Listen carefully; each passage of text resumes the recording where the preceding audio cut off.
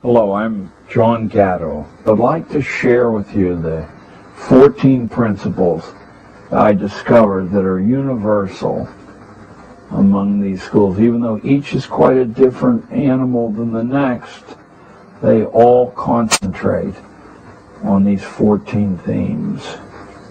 The first of these themes is that no kid should graduate without a theory of human nature. What makes people tick? What buttons do you press to get the results from your fellow man and woman that you want? And where does the fund of lore come from? Not from psychology, not even in a small way. The fund of lore about human nature comes from history, philosophy, theology, that's a curse word, isn't it, in public schooling, literature, and law. These 5 mighty agencies of human history and the human mind have a wealth of information about what human beings are like now, have been like, and probably always will be like. And every kid is expected to have a degree of expertise drawn from these sources. I guess I should say these databases. The second requirement of these schools is that every graduate have a strong experience with the active literacies. Now, we're all familiar with literacy as some exercise in reading, but the active literacies are writing and public speaking. No matter how well developed your mind becomes on strong texts, it's useless to convince anyone else of your point of view unless you can write well and you can speak well. I think we've come to this juncture in history believing that that's some God-given gift that only a few people have. I can guarantee you, as a school teacher for 30 years, that both of those skills are extremely easy to teach. To teach public speaking, you simply have to offer regular opportunities to speak before a group of strangers. That could be a group as small as 1, 2, or 3, or it could be an auditorium full of strangers. But the fact that they're not people that you feel comfortable with, I think, is essential. To write well, it requires nothing more than that you write constantly and regularly, every day, preferably. The improvement will occur quite naturally.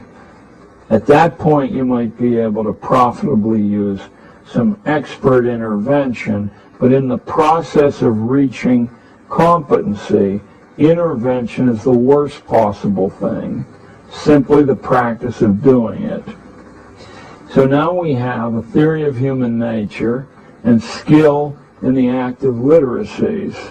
Number 3, among the curriculum themes that unite these elite private boarding schools, is insight into the major institutional forms, like our courts or our corporations or our military, including details of the ideas which drive them. I'll only give you one sample of this so you can see how seriously government schools fall short of the mark in offering insight into these institutions. We have all heard endlessly in schools of separation of powers, that the governance of the United States is divided into at least 3 compartments. 1, an executive compartment, 1, a legislative compartment, that further divided into 2 compartments of its own, and finally a judicial department. Now, a little bit of reflection should show you what the purpose of that is. Not that we all live in harmony and agree in times of trouble with what to say and do, but exactly the opposite of that. That the only possible way to arrive at an approximation of truth is through argument. The more skillful the argument on all sides, the better for the ultimate resultant of truth. So that people who appear before you in the media and say, in this time of trouble, dissent is not wanted, are truly un-American, because this country was the world's first laboratory of dissent on the part of everybody. That's really what the American dream is largely composed of.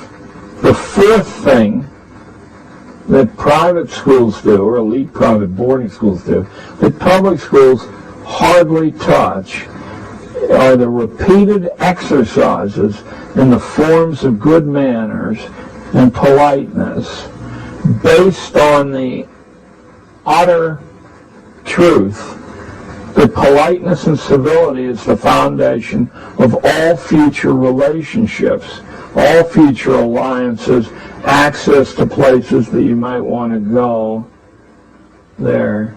Now don't tell me, well, that's just common sense, because any public school I've ever been in, and I've been in hundreds, is a laboratory of rudeness, cruelty, sloppiness, coarseness. The fifth thing that private boarding schools emphasize is independent work. Think again about the possible reasons for that. In public schools as we know them, the teacher is charged with about 80 to 90% of filling the time available, one way or another, and all the choices of the teachers. But in independent private boarding education, that ratio ideally is reversed. The sixth principle is that energetic physical sports aren't a luxury or a way to blow off steam, but they're absolutely the only way to confer grace on the human presence. And that grace translates into power, into money later on. Also, sports teach you practice in handling pain, in dealing with emergencies which occur regularly in sports. The seventh curricular theme in elite private boarding schools is a complete theory of access to any workplace or any person. You'd do better off than reading a civics textbook to set a kid the challenge of getting a private meeting with the mayor of Los Angeles and let him work for a year on constructing an access to the mayor. Does that sound fanciful to you?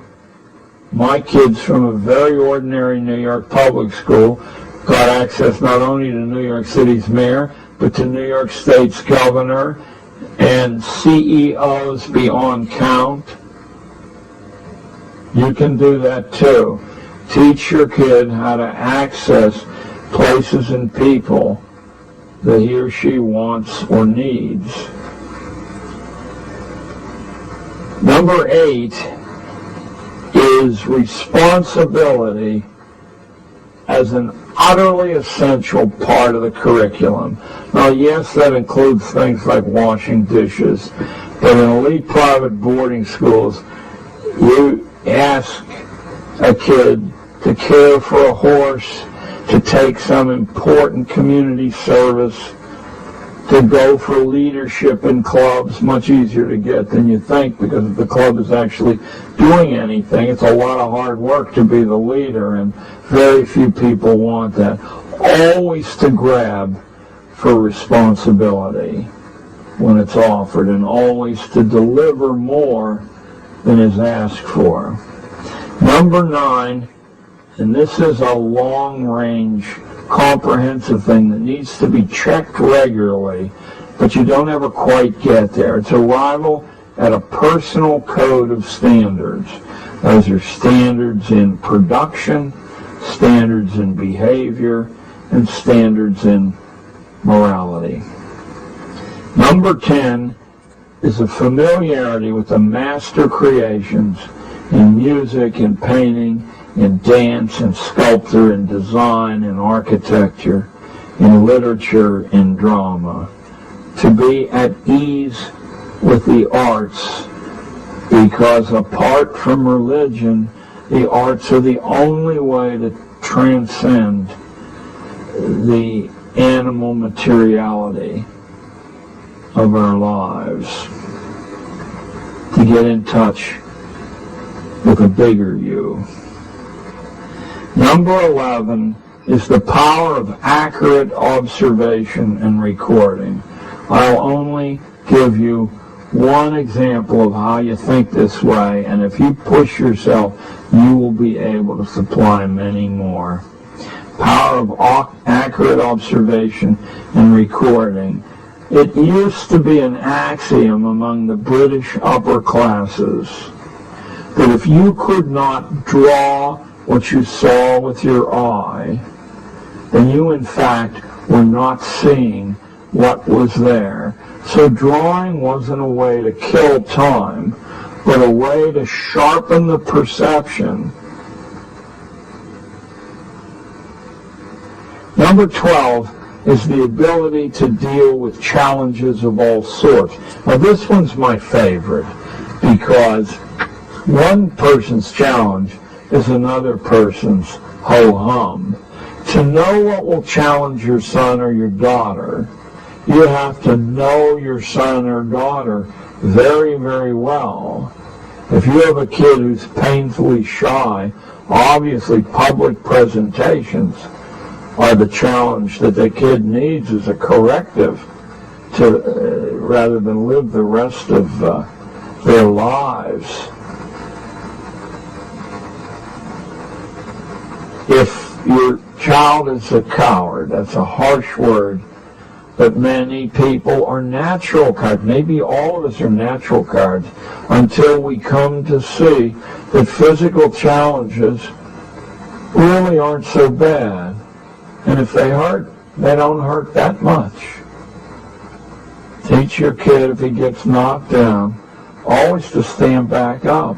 If he gets knocked down again, to stand back up again. That would be a challenge. Number 13, we're coming to the end of this curricular list, is a habit of caution in reasoning to conclusions. Should Iraq be invaded by the most technologically sophisticated military in the history of the planet, and should hundreds of billions of dollars be allotted to that purpose? Well, maybe it should and maybe it shouldn't. But listening to a few government propaganda hours about the similarities between the leader of Iraq and Adolf Hitler is not the way to come to the conclusion, even though it's the way that 80 or 90% of us do. And finally is the constant development and testing of judgment. You make judgments, you discriminate value, and then you follow up. You keep an eye on your predictions to see how far skewed from what actually occurs, or how consistent with what transpires things are. I'm John Taylor Gatto, and this is What You've Been Missing.